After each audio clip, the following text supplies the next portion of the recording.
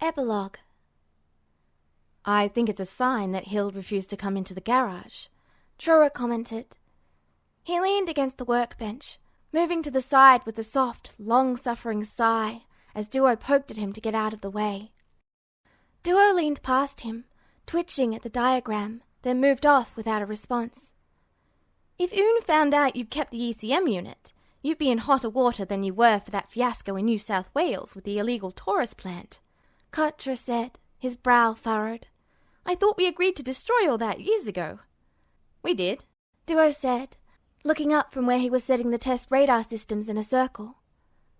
And this might not even work. I mean, I don't know if they even remembered. He noticed Wu Fei looking bored, and Hero rolling his eyes, but chose to ignore them.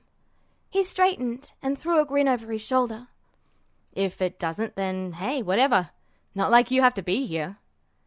Better if you weren't, he added. Whether because I don't want you laughing if nothing happens, or because I don't want you standing around glowering at me if something does happen. After everything Hild said, Katra raised his eyebrows and moved to stand next to Trora. You've got to be kidding if I'm not going to be here to make sure nothing blows up. You mean help it to blow up? Trora said in an undertone. At Katra's shocked look, Trora shrugged. You're hardly innocent. Katra made a face, and Duo smirked. He's right, Kat. I wasn't the one with the 18 cases of C4, Katra retorted. I just brought 'em in, Duo said. I didn't hook all of them up. Try not to blow anything up this time at least, Hero interrupted. Or wait until I have more vacation time. Spoil sport, Duo muttered, then grinned. Okay, everyone, get outside the range of the radar perimeter. He grabbed the chair sitting in the corner and set it next to the ECM, then pulled a small black book from his pocket and set it on the chair. Taking a deep breath, he moved to stand by Trora, out of range. Starting systems now, he announced. The hum of the computer and the radar started first, followed by the rumbling of the ECM systems as it kicked into life. The red beams of the radar were straight and thin, forming red dots on the ECM's exterior. The chair was illuminated in the light, glowing crimson in the low-lit garage. Duo kept it on for several seconds, watching, even as something in his chest sank, and he fought the urge to laugh as though it were all a joke. Trora shifted next to him and Duo sighed, turning his back on the setup and hitting the shutdown button on the ECM. Slowly the rumbling and humming came to a stop, and Duo remained where he was. Sorry, Trora whispered. Duo nodded. Guys, Hero said, sounding a bit puzzled. Was the radar supposed to go silver? Silver? Duo turned, suspicious. Very not funny, Yui. Don't fuck with me like that. No, I saw it, Wu Fei said, nodding. Like a second radar beam was running alongside the first. I thought that was just some kind of corneal feedback, Katra said, frowning as he stared at the ECM, then the chair, then the laser emitters. I only saw it out the corner of my eyes, though. You guys had better not be shitting me, Duo scowled. Trora shrugged. Don't look at me. I was watching you shut the system down. Well, Hero looked impatient. Are you going to turn it back on? Duo blinked, then smiled, a little shyly. Can't think of any harm it'd do. Okay, everyone clear? 4 voices announced clear, and Duo hit the button on the laptop, starting the system back up. This time, the 6 lasers shot red. Almost instantly, it was as though mercury was streaking down the lasers, running silver for a second.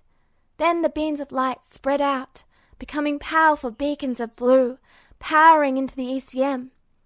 Wu Fei shouted something as wind picked up in the small garage, and Hero grabbed several tools before they went flying off the workbench. The light continued, flaring up even brighter into a golden hue. Almost as quickly as it started, the wind and light faded, leaving only the laser systems humming, their systems burnt. One of the laser emitters was smoking lightly, and Duo wrinkled his nose at the smell of a small electrical fire. He nudged the box nearest him, only looking up as Trora elbowed him. "Hey, Duo," Troa whispered. Duo turned and saw two figures slowly standing up beside the ECM.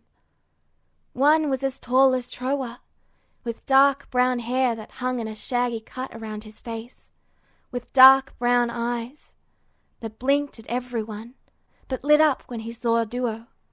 Beside him, another person was standing up. Duo blinked and nearly held his breath, seeing the familiar black jeans, black underjacket, and the flash of a red coat, and a braid of golden hair. Edward scowled and pushed himself off his knees, coming to his feet with a sharp gasp. Fuck, that was like getting stomped on by 6 chimera, after a day of dealing with Mustang. The ports in his arm and leg ached, as though they'd been disconnected and reconnected an hour or two before, but the pain was only filtering in now. It wasn't unbearable, like the actual point of reconnection, but it was definitely painful. He stretched and raised his head to look around. There were several men standing at the ring of the circle, and Edward stared at each of them in turn, looking for a familiar face. Either Duo, or, he hoped, that girl who had been Duo's friend, though he barely recalled now what she looked like. The first man, who was standing with his feet apart and his arms crossed, was Edward's height, and had jet-black hair pulled back in a ponytail. His white shirt and khaki pants were crisp, and reminded Edward of Mustang. Not a hair out of place. The man next to him was leaning against a bench, his arms also crossed. His blue eyes were fixed on Edward, measuring and assessing. His dark brown hair looked like it hadn't seen a brush in a lifetime, but he seemed only watchful, not hostile. He was wearing blue jeans and a white t-shirt just visible under a black and brown jacket, with several markings and patches on the shoulders and chest. "Brother?" Alphonse whispered, a question. "Fine," Edward answered automatically, his voice low. He studied the third man, also his height, and the man's white blonde hair and blue-green eyes. The man smiled and dipped his head in a silent welcome, and Edward only nodded in response, uncertain but unwilling to show it. Edward leaned forward, looking past Alphonse to see a fourth man, as tall as Alphonse, leaning against a bench with a smirk on his face. His chin was down, and coppery red hair hung in his face. When he looked up at Edward, there was a flash of green eyes that reminded Edward of May's hues, and Edward almost smiled.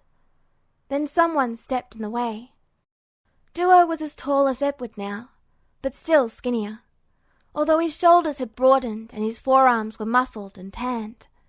The baby fat of adolescence had disappeared, leaving him with a slender face and finely chiseled jawline.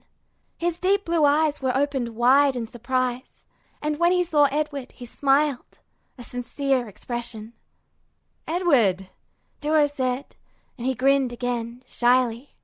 Edward noticed the blue-eyed man giving Duo a startled look, and Edward filed that thought away. Duo cocked his head, staring off into the distance. "Words. I try to remember." "You'll remember fast," Edward replied. He didn't move from where he stood, feeling the eyes of the other 4 men pinning him in place. "And—" Duo frowned, looking at Alphonse, his head cocked to the side. Then he stepped forward and placed his hand on Alphonse's chest, the fingers splayed. "I knew you'd do it," he whispered. Alphonse lifted his hand and placed it over Duo's. His only answer was a blush and a nod. Duo grinned and shoved Al lightly. "Talk to me," Duo insisted, "or I won't remember words." "Who are these people? Your friends?" Edward glanced around the room, noting the 4 men exchanged looks with each other as he and Duo continued to speak in Edward's language. "Yes," Duo said, and pointed to each in turn. "Wu Fei, Hero, Catra, Troa. These friends fight with me." "Gotcha," Edward said, remembering something Duo had said years before. He nodded politely to each man as they were introduced. "So," Duo rocked back on his heels, his braids slapping lightly with the motion. Edward noticed it was much longer than before. If you are both here, who is on other side? General Mustang, Alphonse answered. He grinned wryly and pretended to whisper at Duo, while glancing at his brother. Mustang found out about the 5 years and insisted we try. Edward scowled and crossed his arms. Bastard.